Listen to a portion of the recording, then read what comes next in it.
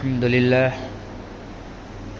لله نحمده ونستعينه ونستغفره ونؤمن به ونتوكل عليه ونعوذ بالله من شرور أنفسنا ومن سيئات أعمالنا من يهده الله فلا مضل له ونشهد أن لا إله إلا الله ونشهد أن محمدا عبده ورسوله. أعوذ بالله من الشيطان الرجيم. بسم الله الرحمن الرحيم. قل هذه سبيلي أدعو إلى الله على بصيرة أنا ومن اتبعني. اللهم صل على سيدنا محمد النبي الأمي وآله وبارك وسلم كما هو أهله. میرے بھائیو بزرگ دوستو، اللہ تعالیٰ کا احسان ہے، اسی کا کرم ہے کہ اللہ نے مجھے اور آپ کو ایمان کی دولت دیا ہے. اللہ کے بے شمار احسانات مجھ پر، آپ پر ہے، ساری مخلوقات پر ہے. ان ساری مخلوقات میں سے اللہ تعالیٰ نے مجھے آپ کو، جن کے پاس میں ایمان ہے، وہ بہت خوش قسمت ہے. سب سے پہلے تو اللہ تعالیٰ نے ہم کو انسان بنایا. اللہ چاہتا تو کسی اور مخلوق کے اندر پیدا کر دیتا. بے شمار اللہ کی مخلوقات ہیں، تو ہم اللہ پر کوئی کیس نہیں کر سکتے تھے. اگر نالی کا کیڑا ہم کو اللہ بنا دیتا تو ہم کو بننا پڑتا. کوئی اڑتا پرندہ بنا دیتا تو ہم کو بننا پڑتا. کوئی مچھر بنا دیتا ہم کو بننا پڑتا. کوئی کتا بنا دیتا ہم کو بننا پڑتا. اللہ کی مرضی ہے کہ اللہ نے ہم کو انسان بنائے. اب انسان اشرف ہے ساری مخلوقات میں، اشرف المخلوقات کہا گیا ہے اس کو. لیکن ہم کو ان انسانیت میں سے بنایا جن کو اللہ تعالیٰ نے ایمان دیا ہے. بے شمار انسانیت ہے، کم و بیش 7 ارب انسانیت اس دنیا کے اندر ابھی، جن کے اندر سے اگر ایمان والوں کی تعداد نکالی جائے تو کم و بیش 2.5 یا 2.25 ارب ایمان اللہ کو ماننے والے ہیں، ایمان والے ہیں. اور باقی جو طبقہ ہے وہ طبقہ ہے جو اللہ نے ان کو بنایا ہے لیکن ان کے بنانے کے باوجود اس کا انکار کرتے ہیں. ساری نعمتیں اللہ کی استعمال کر رہے ہیں، آنکھ سے دیکھ رہے ہیں، کان سے سن رہے ہیں، زبان سے بول رہے ہیں، کھا رہے ہیں، کھایا ہوا نکال رہے ہیں، سانس کا استعمال کر رہے ہیں، ان گنت نعمتوں کا استعمال کر رہے ہیں. لیکن جس خالق کی نعمتوں کا استعمال کر رہے ہیں اسی کا انکار کر رہے ہیں. تو اللہ تعالیٰ نے اس میں سے نہیں بنایا. وہ انسانیت جن کے بارے میں اللہ تعالیٰ قرآن کے اندر فرماتا ہے کہ یہ جانور نہیں، جانور سے بھی بدتر ہے.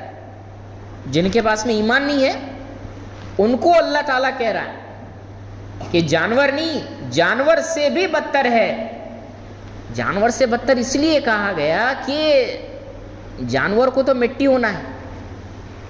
اگر کتا 10 جنوں کو کاٹ لے آخرت میں اس سے کوئی مطالبہ نہیں ہوگا، اس کو مٹی بنا دیا جائے گا. سانپ اگر 10 جنوں کو کاٹ لے اس سے کوئی مطالبہ نہیں ہے. شیر اگر 10 جنوں کو کھا لے اس سے کوئی مطالبہ نہیں ہے. کوئی بھی جانور کوئی بھی کام کر لے اس سے کوئی مطالبہ نہیں ہے، ان کو مٹی ہونا ہے. لیکن جو انسان اس دنیا کے اندر آ گیا اس کو اپنی پوری زندگی کا حساب دینا ہے، پوری زندگی کا حساب دینا ہے. تو میرے دوستو، ایمان والا طبقہ اپنی آخرت کی زندگی کو سوچنے والا ہے کہ میں ایمان والا ہوں، اللہ کو ماننے والا ہوں، رسول کو ماننے والا ہوں، مجھے میری زندگی کا حساب دینا ہے. تو یہ وہ طبقہ ہے ایمان والا. اور جن کے پاس میں ایمان نہیں ہے ان کے واسطے بس اگلا جنم، پنرجنم، یہ جنم وہ جنم، اگلے جنم میں سادھو بنے گا، اس کے اگلے جنم میں کتا بنے گا، اس کے اگلے جنم میں کیا بنے گا، بس یہ جنم. لیکن میرے دوستو، اللہ نے مجھے آپ کو قرآن کے ذریعے سمجھایا کہ ہم نے تم کو بیکار پیدا نہیں کیا. ہم نے تم کو بیکار پیدا نہیں کیا. کیا تم نے یہ گمان کر رکھا ہے کہ ہم نے تم کو بیکار پیدا کیا اور تم کو ہمارے پاس آنا نہیں ہے، آ کر اپنی زندگی کا حساب نہیں دینا؟ میرے دوستو، یہ آیتیں تو جھنجھوڑنے والی ہے. یہ آیتیں جھنجھوڑنے والی ہے۔ حضرت بہلول رحمۃ اللہ علیہ جا رہے تھے، جاتے جاتے وہ ایک بچہ روتا ہوا دکھا، تو چند بچے کھیل رہے تھے، ایک بچہ رو رہا تھا، تو وہ روتے ہوئے بچے سے پوچھے بیٹا تو اس لیے رو رہا ہے کہ تیرے پاس میں کھیلنے کے لیے سامان نہیں ہے، اخروٹ نہیں ہے، اس لیے رو رہا ہے؟ تو وہ چھوٹا بچہ بہلول رحمۃ اللہ علیہ کو کہنے لگا ارے کیا ہم اس دنیا کے اندر کھیل کود کے واسطے پیدا ہوئے ہیں؟ چھوٹا بچہ حضرت بہلول رحمۃ اللہ علیہ کو کہنے لگا، حضرت بہلول رحمۃ اللہ علیہ بچے سے کہنے پھر کس لیے پیدا ہوئی؟ بچہ بہلول رحمۃ اللہ علیہ کو پیغام دے رہا ہے۔ اللہ تعالیٰ قرآن کے اندر فرما رہا ہے کہ ہم نے انسان کو اور جنات کو عبادت کے لیے پیدا کیا ہے۔ تو میرے دوستو ہمارا کام اللہ اس دنیا کے اندر بتا رہا ہے کہ تمہیں اس دنیا کے اندر کیوں پیدا کیا گیا ہے، یہ انسانیت کو کیوں پیدا کیا گیا ہے، یہ جنات کو کیوں پیدا کیا گیا ہے۔ میرے دوستو جس خالق نے پورے کائنات کو بنایا ہے اور جتنی چیزیں بنائی ہیں وہ ساری کے ساری چیزیں اپنا کام کر رہی ہے۔ سورج کو بنایا وہ اپنا کام کر رہا ہے، چاند کو بنایا وہ اپنا کام کر رہا ہے، فرشتوں کو بنایا وہ اپنا کام کر رہے ہیں، پانی کو بنایا وہ اپنا کام کر رہا ہے، آکسیجن کو بنایا وہ اپنا کام، درخت کو بنایا وہ اپنا کام کر رہے ہیں۔ لیکن میرے دوستو غفلت میں صرف ہم ہی پڑے ہیں، غفلت میں صرف ہم پڑے ہیں، اور ہماری غفلت کی وجہ سے کہیں ہم برباد نہ ہو جائے، ہماری غفلت کی وجہ سے کہیں ہم برباد نہ ہو جائے، اس لیے ہر زمانے میں اللہ تعالیٰ نے ہماری رہبری کے واسطے نبیوں کا سلسلہ جاری کیا۔ ہر زمانے میں کچھ نہ کچھ انتظام کیے تھے۔ پہلے نبیوں کا سلسلہ جاری تھا، اب اللہ تعالیٰ نے نبوت کا دروازہ حضور پاک صلی اللہ علیہ وسلم پہ جب بند کر دیا ہے تو پوری کے پوری امت کو نبوت کا ذمہ دار بنا، نبی والے کام کا ذمہ دار بنا دیا۔ اور یہ کوئی تبلیغ جماعت کا اصول نہیں ہے، دعوت کی محنت کے اندر جڑنا یہ کوئی تبلیغ جماعت کا کام نہیں ہے میرے دوستو، یہ اللہ نے ہمارے ذمے لگا کر بھیجا ہے، اور اللہ خود کہہ رہا ہے کہ تم بہترین امت ہو۔ مفہوم قرآن کا، تم بہترین امت ہو۔ کیوں بہتر ہے؟ بہتر ہونے کا اللہ تعالیٰ نے نچوڑ بھی بتایا کہ تم کو لوگوں کے بھلائی کے لیے بنایا ہے، تم کو لوگوں کے بھلائی کے لیے بنایا ہے، بھلائی کا حکم کرنے کے واسطے بنایا ہے، بھلائی کی طرف بلانے کے واسطے بنایا ہے، بری باتوں سے روکنے کے واسطے بنایا ہے۔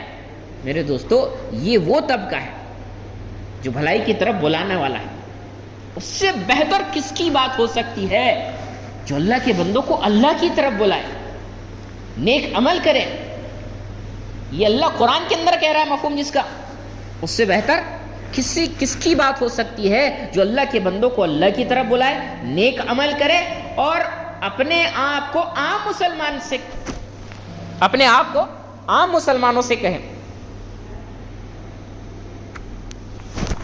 میرے دوستو اللہ تعالیٰ نے مجھے آپ کو ایک زندگی دی ہے، یہ زندگی کتنی ہے یہ صرف اللہ جانتا ہے۔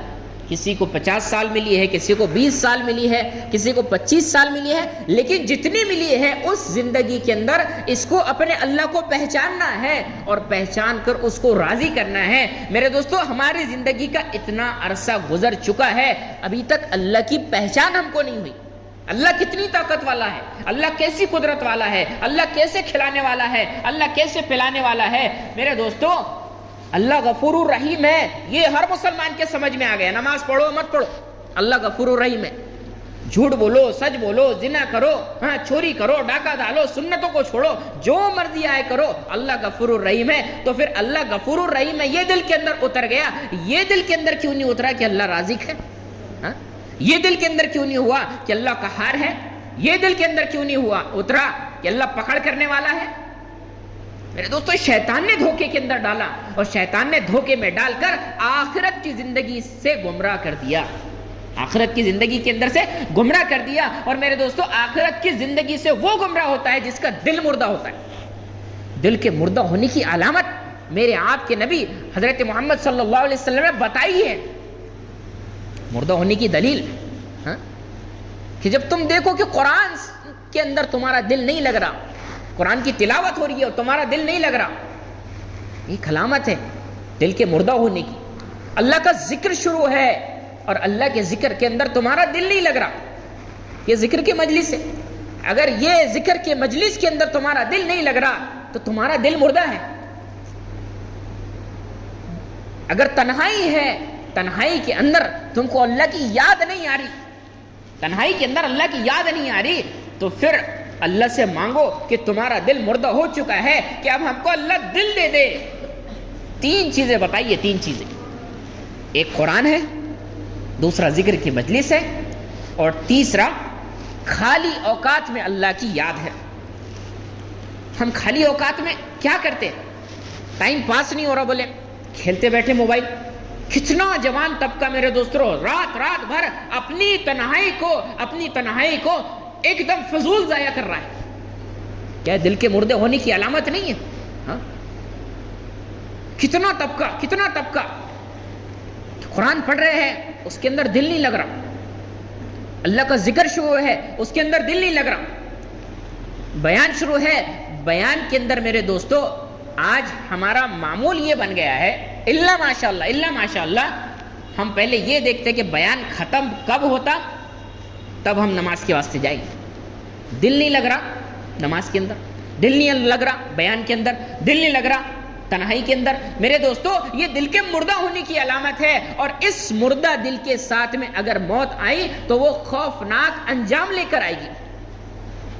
مرنا تو سب کو ہے، کوئی اس دنیا کے اندر رہنے نہیں آیا، یہ قرآن کا فیصلہ ہے، اور قرآن کا فیصلہ یہ ہے کہ ہر جاندار کو موت کا مزہ چکھنا ہے، ہر جاندار کو موت کا مزہ تو چکھنا ہے۔ میرے دوستوں مرنے سے غیر بھی انکار نہیں کر سکتا، لیکن ایک ایمان والا اگر اللہ کی محبت دل کے اندر بٹھائے بغیر مر جائے، ایک ایمان والا اگر مردہ دل لے کر مر جائے، ایک ایمان والا اپنی آخرت کو پہچانے بغیر مر جائے، اپنے اللہ کو پہچانے بغیر مر جائے، اپنے اللہ کو راضی کیے بغیر مر جائے، تو میرے دوستو ایک خوفناک زندگی اس کا انتظار کر رہی ہے۔ اس خوفناک زندگی سے تمام انبیاء نے آگاہ کیا ہے، تمام نبی آئے ہیں آخرت کی زندگی کو تمام نبی آئے ہیں آخرت کی زندگی کو واضح کر کے بتایا ہے کہ تمہاری دنیا کی زندگی صرف اور صرف تم کو امتحان کے لیے ملی ہے۔ اس دنیا کے اندر تم اگر کامیاب ہو گئے، اس کا مطلب یہ نہیں کہ اللہ تم سے راضی ہو گیا۔ اس دنیا کے اندر تم بادشاہ بن گئے، اس کا مطلب یہ نہیں کہ اللہ تم سے راضی ہو گیا۔ اس دنیا کے اندر تم کو اچھا خاندان مل گیا، اس کا مطلب یہ نہیں کہ اللہ تم سے راضی ہو گیا۔ میرے دوستو اللہ کی رضا کی علامت کہ ہمارے زندگی کے اندر وہ اللہ والے اعمال ہو، ہماری زندگی کے اندر وہ اللہ کے احکامات ہو جو اللہ چاہتا ہے۔ میری زندگی اللہ کے حکموں سے مزین ہو تو میری آخرت کی زندگی وہ میرے دوستو ایک لامحدود زندگی ہے۔ اس لامحدود زندگی کے اندر مجھے سکون، اطمینان، ساری چیزیں ملیں گی۔ اگر میری زندگی اللہ کے حکموں سے مزین نہیں ہے، میری دنیا کی زندگی اگر اللہ کے حکموں سے مزین نہیں ہے، تو میری آخرت کی زندگی وہ میرے دوستو ہم کو گمراہی کے اندر، ہمیں مزید پریشانی کے اندر ڈالنے کے لیے بنے گی، مزید پریشانی کے اندر ڈالنے والی بنے گی۔ میرے دوستو اس زندگی کو سمجھانے کے لیے 1 2 5 نہیں، کم و بیش 1.25 لاکھ انبیاء کرام کا سلسلہ اللہ نے جاری کیا۔ کوئی نبی نہیں آیا جس نے کھیتی سمجھائی، کوئی نبی نہیں آیا جس نے حکومت سمجھائی، کوئی نبی نہیں آیا جس نے طاقت سمجھائی، کوئی نبی نہیں آیا جس نے کاشتکاری سکھائی، کوئی نبی نہیں آیا جس نے یہ دنیا کی چیزیں سمجھائی۔ ہر نبی نے ایک چیز سمجھائی، لا الہ الا اللہ۔ اللہ کو مان لو کامیاب ہو جاؤ گے، اللہ کو مان لو کامیاب ہو جاؤ گے۔ میرے دوستو ہم نے اللہ کو مانا ہوا ہے لیکن اللہ کی نہیں مانتے۔ جب گاڑی کے اندر 2 ٹائر لگتے ہیں اس کے بعد گاڑی آگے چلتی ہے۔ اگر کسی عقل مند آدمی نے ایک ٹائر کھول کے رکھ دیا، ٹینک فل کر دیا اور ایکسیلیٹر پورا فل کر دیا، تو میرے دوستو وہ 1 انچ بھی آگے نہیں جا سکتا، 1 انچ بھی آگے نہیں جا سکتا۔ ایکسیلیٹر فل ہے، ٹینک فل ہے، پورا ساری چیزیں برابر ہے، یہ آگے کیوں نہیں بڑھ رہا؟ میرے دوستو سارے کے سارے یہ دنیا کے باقی کے عقل مند کہیں گے بھائی تیری ایک پہیا کھول کے رکھا ہوا ہے اس لیے تیری گاڑی آگے نہیں بڑھ رہی۔ سارے لوگ اس کو ملامت کریں گے کہ کیسا پاگل ہے، ایک ٹائر کھول کے رکھ دیا اور ایکسیلیٹر دے رہا، کی طرح پیٹرول بھی ضائع ہو رہا، تیری انرجی بھی ضائع ہو رہی اور تو آگے بھی نہیں بڑھ رہا۔ سارے لوگ اس کو ملامت کریں گے، سارے لوگ اس کو اس کی بے وقوفی کا اس کو پورے اس کی معلومات دیں گے۔ میرے دوستو اس لحاظ سے ہم بے وقوف ہیں، اس لحاظ سے اگر دیکھا جائے تو ہم بے وقوف ہیں۔ کیونکہ ہم نے ایک ٹائر کھول کے رکھا ہوا ہے. صحابہ نے دونوں ٹائر اپنی گاڑی کو لگا دیے تھے، اس لیے ان کی گاڑی آگے بڑھ رہی تھی. اللہ کو مانتے تھے اور اللہ کی مانتے تھے. ہم نے اللہ کو مانا ہوا ہے، اللہ کی مانتے نہیں. حدیث کا مفہوم ہے سراسر ظلم ہے، کفر ہے، نفاق ہے اس شخص کا فعل جو مؤذن کی آواز سنے، اللہ کے منادی کی آواز سنے اور مسجد کے اندر نہ جائے، نماز پڑھنے کے لیے نہ جائے. جب اللہ تعالیٰ نے فرشتوں کو بنایا، حدیث کا مفہوم ہے، تو فرشتوں نے اللہ سے پوچھا کہ اللہ تو کس کا ساتھی ہے؟ اللہ نے جواب دیا جس کا مفہوم ہے کم و بیش کہ میں مظلوم کا ساتھی ہوں، مظلوم کا ساتھی ہوں. میرے دوستو، آج کتنی بڑی انسانیت ظلم کر رہی ہے. اور ظلم کون سا میرے دوستو؟ کہ وہ ظلم اللہ کے نبی بتا رہے ہیں. جو مؤذن کی آواز کو سنے، منادی کی آواز کو سنے، سراسر ظلم ہے. اذان کا آواز سنے اور یہاں پر نہ آئے، مسجد کے اندر نہ آئے، نماز ادا کرنے کے لیے نہ آئے. سب سے بڑا متکبر، ہم تو یہ سمجھتے ہیں کہ جس کو طاقت مل گئی وہ تکبر میں آ جاتا، جس کو پیسہ مل گیا وہ تکبر میں آ جاتا، جس کو حکومت مل گئی وہ تکبر میں آ جاتا. میرے دوستو، اس دنیا کا سب سے بڑا متکبر وہ ہے جو اذان کی آواز سنے اور مسجد کے اندر نہ آئے. اذان کی آواز سن کر اگر مسجد کے اندر نہیں آ رہے، ہمارے اگر دکان کے اندر ہم نے نوکر رکھ لیا، ہم نے 5,000 تنخواہ اس کو متعین کر دیے اور اس کے آواز ہم دینا شروع کرے، ایک آواز پر اگر نہ سنے، 2 آواز پہ نہ سنے، تو میرے دوستو تیسری آواز پر ہم اس کو بول دیں گے کل سے آنا نہیں. کہ ہماری آواز، ہم تجھے تنخواہ دینے والے ہیں اور تو ہماری آواز نہیں سن رہا. میرے دوستو، اگر اللہ نے کہہ دیا کہ کل سے آنا نہیں تو کہاں جائیں گے؟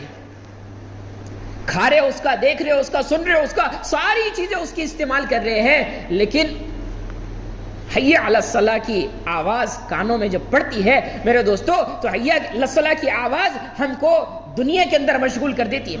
دنیا کے اندر حی علی الصلاح کی آواز جب صحابہ کے کانوں میں پڑتی تھی، صحابہ کے چہروں کے رنگ بدل جایا کرتے تھے. حضرت علی رضی اللہ عنہ سے پوچھا کہ اذان کی آواز سن کر آپ کا رنگ کیوں بدل گیا؟ تو اس امانت کا ادا کرنے کا وقت آ گیا ہے، پتہ نہیں ادا ہو پائیں گی کہ نہیں ہو پائیں. سراسری اذان سن لیتے ہیں. میرے دوستو، کامیابی تو ہر انسان چاہتا ہے، لیکن ہم کامیاب ہونے کے لیے تیار نہیں ہیں. حی علی الصلاح یہ نماز کی طرف ہے، بلانا ہے، اور حی علی الصلاح کے بعد میں حی علی الفلاح بھی ہے. اور کامیابی کی طرف میرے دوستو، اللہ کی طرف سے کامیابی مل رہی ہے، لیکن ہم لینا نہیں چاہتے. 95% طبقہ یہ کامیابی چھوڑ کر اپنی زندگی گزار رہے ہیں. کامیابی چھوڑنے سے مراد 95% طبقہ نماز چھوڑ کر اپنی زندگی گزار رہا ہے. 5% پڑھنے والے ہیں، 5% جن میں سے 3% کو نماز پڑھنا نہیں آتی. 5% پڑھنے والے جن میں سے 3% کو نماز پڑھنا نہیں آتی. امام صاحب رکوع میں، یہ بھی رکوع میں، امام صاحب سجدے میں، یہ بھی سجدے میں. جس دن امام صاحب غائب تو اس دن ادھر ادھر دیکھنا شروع، کون پڑھائے گا نماز، کون پڑھائے گا. یہ اتنا مخلص ہے کہ اس کو معلوم ہے کہ میرے کو نماز پڑھانا نہیں آتی، اس لیے میں مصلی پہ نہیں جاتا. ابھی تو امت کا 98% طبقہ ہے جس کو نماز جنازہ پڑھنا نہیں آتی. 98% طبقہ. ایک باپ رخصت ہو گیا دنیا کے اندر سے، جس باپ نے دولت دیا، جس باپ نے ڈگری دی، جس باپ نے پوری پراپرٹی چھوڑ کے گیا، یہ بٹا بیٹا اس کو جاتے وقت دعا بھی نہیں دے سکتا. امام صاحب آگے بڑھو، تم پر نماز پڑھو. امام صاحب تو پڑھا دیں گے، لیکن امام صاحب وہ درد کہاں سے لائیں گے جو درد کے اندر یہ دعا کریں گا اپنے باپ کے لیے؟ امام صاحب وہ درد نہیں لا سکتے. دعا تو کر دیں گے، لیکن درد میرے دوستو، جس کی چیز رخصت ہوتی ہے اس کو درد آتا ہے. لیکن نماز پڑھانا نہیں آتی، نماز کہاں سے پڑھیں گے؟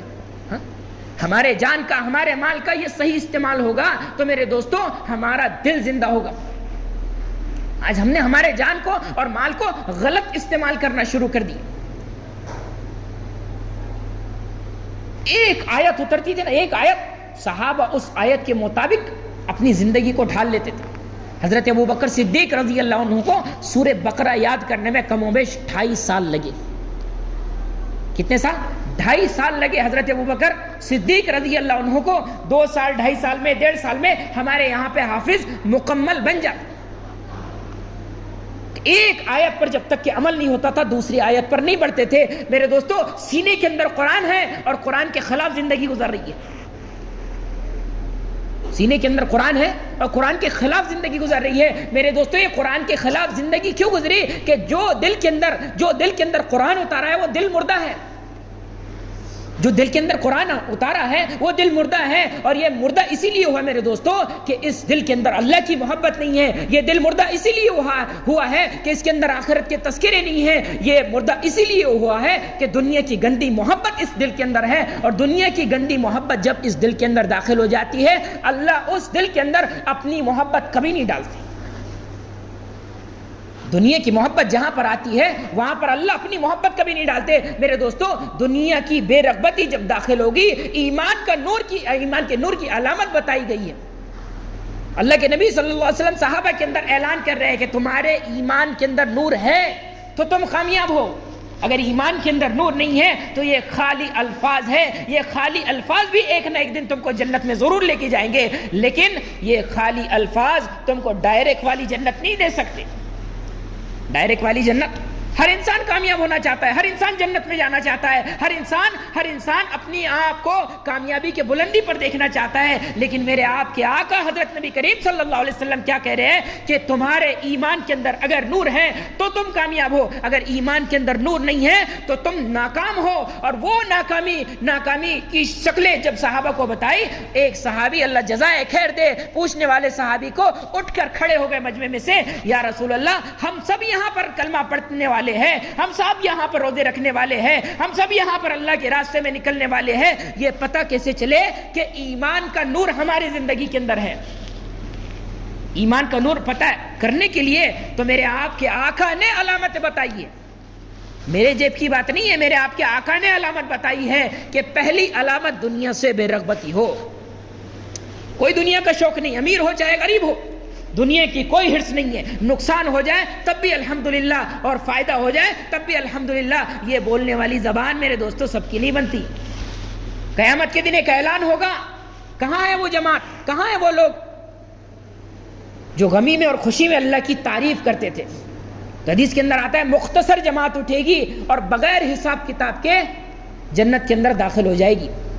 میرے دوستو جب خوشی آ جاتی ہے تو خوشی میں تو اللہ کی تعریف ہو جاتی ہے، لیکن غم آ جاتا ہے تو غم کے اندر اللہ کی تعریف بہت مشکل ہے۔ اللہ نے کیا کر دیا ہمارے ساتھ میں، اللہ نے، ہم ہی ملے تھے کہ اللہ کو؟ میرے دوستو یہ جملے ہمارے لیے مناسب نہیں ہے۔ اچھی بری تقدیر پر راضی ہونا یہ ایمان کا حصہ ہے۔ اچھی بری تقدیر پر راضی کب ہوگے؟ جب میرا آپ کا دل اللہ کی محبت کو لے کر سفر کرے گا۔ تو پہلی علامت دنیا سے بے رغبتی ہے، امیر ہو چاہے غریب ہو، اس دنیا کی کوئی حرص نہیں۔ دوسری علامت جنت کا شوق۔ آج ہم کو شوق ہے اچھا گھر بنانے کا، آج ہم کو شوق ہے اچھی گاڑی لینے کا، آج ہم کو شوق ہے اچھا لباس پہننے کا، آج ہم کو شوق ہے اچھی موبائل استعمال کرنے کا، اچھی چیزیں استعمال کرنے کا۔ جنت کا شوق کس کو ہے؟ جنت کا شوق کس کو ہے؟ اللہ ماشاء اللہ۔ تو میرے آپ کے نبی بتا رہے ہیں جنت کا شوق اس کی دوسری علامت ہے۔ اور تیسری علامت موت سے پہلے موت کی تیاری۔ تیسری علامت موت سے پہلے موت کی تیاری۔ میرے دوستو کہیں سفر پہ جانا ہے تو آدمی تیاری کر لیتا، ایک ہمیشہ کا سفر آنے والا ہے جہاں سے واپسی ممکن نہیں ہے۔ اس دنیا کے اندر سے کتنے رخصت ہو گئے، واپسی کسی کی نہیں ہوئی ہے، کسی کی نہیں ہوئی، چاہے وہ کلیکٹر ہو، چاہے انجینئر ہو، چاہے عالم ہو، چاہے حافظ ہو، چاہے 4 مہینے والا ہو، چاہے شرابی ہو، چاہے زانی ہو، جو اس دنیا سے گیا ہے اس کی واپسی نہیں ہوئی ہے۔ میرے دوستو جب اس دنیا سے رخصتی ہو رہی ہے تو ایک آخرت کی زندگی کے اندر انٹری ہو رہی ہے۔ اس آخرت کی زندگی کے اندر میرے دوستو ہماری کامیابی اور ناکامی اس دنیا کی زندگی طے کریں گی۔ اس دنیا کی زندگی کو سمجھنے کے لیے ہم سب تیار ہیں، لیکن آخرت کی زندگی کو ہم سمجھنے کے لیے تیار نہیں ہیں۔ وجہ کیا ہے کہ یہ دنیا کی محبت تو ہمارے دل کے اندر گھر کر گئی، آخرت کی محبت ہمارے دل کے اندر اترنے کے لیے تیار نہیں ہے، کیونکہ ہم آخرت کو بولنے کے لیے تیار نہیں ہیں۔ جب آخرت کو بولنے کے لیے وقت دیں گے، آخرت کو سمجھنے کے لیے وقت دیں گے تو میرے دوستو اللہ سمجھا دے گا۔ دنیا کی چیزیں اللہ سمجھا دیتا، آخرت کیوں نہیں سمجھائے گا؟ میرے دوستو اللہ تو چاہتا ہے کہ میرا بندہ کامیاب ہو جائے۔ ایک آیت جب اترتی تھی وہ سارے کے سارے اس کے مطابق فیصلہ کرتے، سارے کے سارے. ایک آیت اتری جس کا مفہوم ہے کہ ہے کوئی ایسا مال خرچ کرنے والا جو اللہ اس کو کئی گنا بڑھا کر دے. یہ آیت کا مفہوم جب ابو دہدہ رضی اللہ عنہ کو سنا